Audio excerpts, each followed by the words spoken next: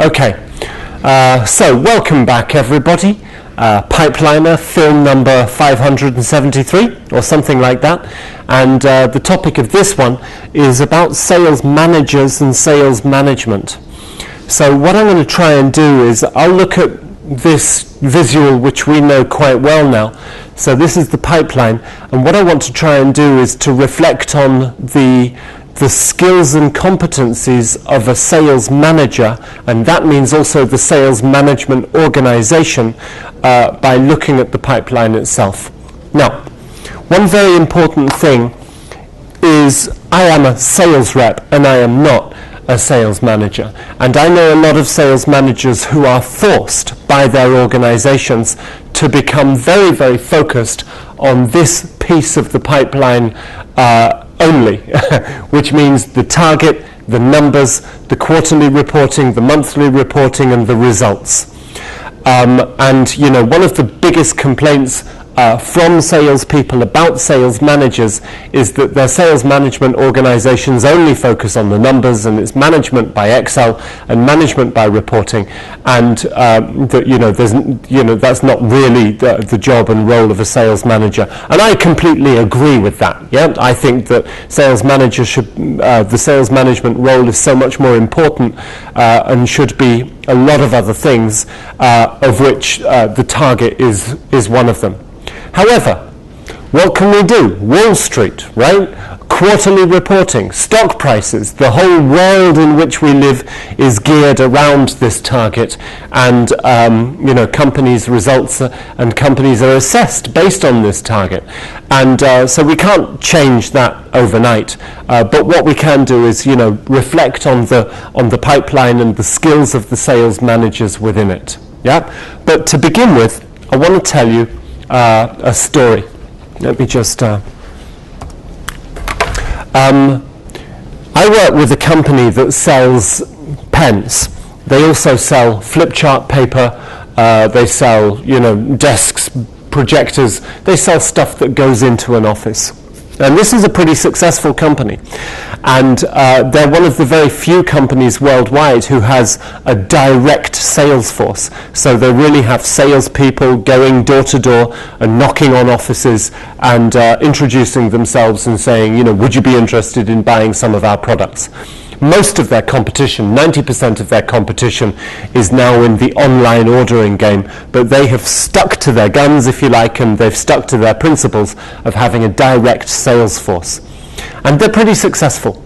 And so what do companies do when they get successful? They hire consultants to tell them why they're so successful. That's one of the dynamics of a successful company. You pay somebody to tell you how cool you are, which I think is okay.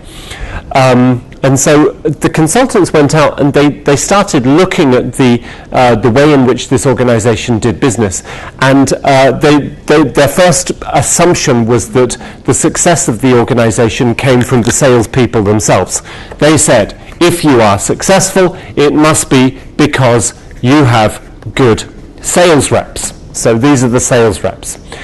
And but after a little bit of research into different markets, different geographies, they discovered that there were many, many sales teams, and there were many, many different qualities of salespeople, and that didn't really have a great deal to do with the result. They had some sales teams where the people were mediocre, some where you had some good, some bad, and it didn't really have anything to do with the overall result. So they had to come up with the premise that it wasn't the salespeople who were creating this guaranteed good result. So then they went one level up, and they looked at this person, which in their terminology was called the ASM, or the Area Sales Manager.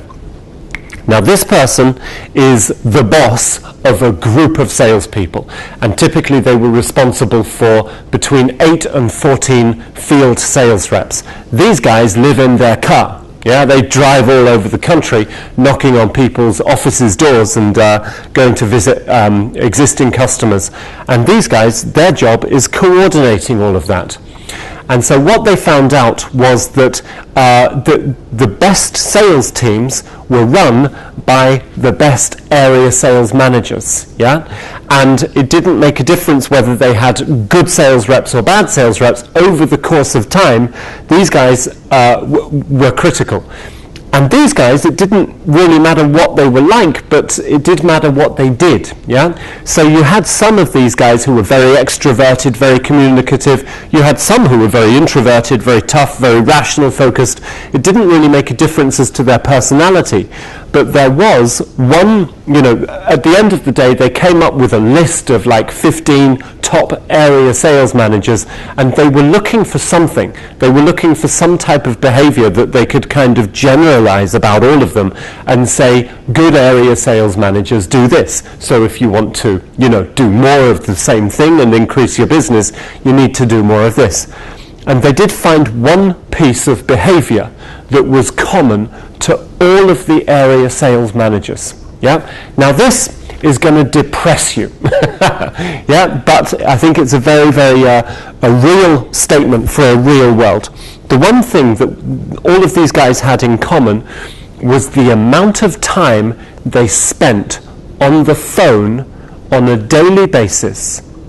Yeah, and the top 15 area sales managers spent from 4 to 6.5 hours per day on the phone. 6.5 hours a day on the phone. And who were they speaking to? They were not speaking to their boss. Well, sometimes I suppose it was inevitable. They were not speaking to their clients. They were speaking to their people. Which means they were spending between half an hour and 45 minutes to an hour per day speaking to every single sales rep that they had. Yeah?